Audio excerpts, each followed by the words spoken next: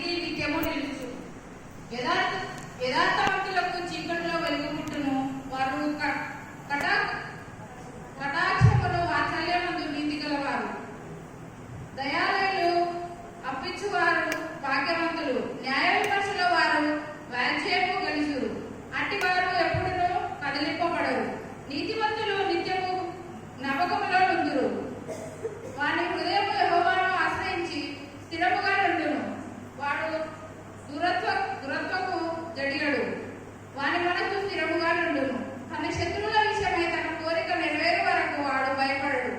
వాడు దాతృత్వము కలిగి విదలకిచ్చును.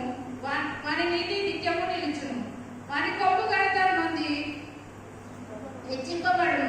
భక్తిహీనుల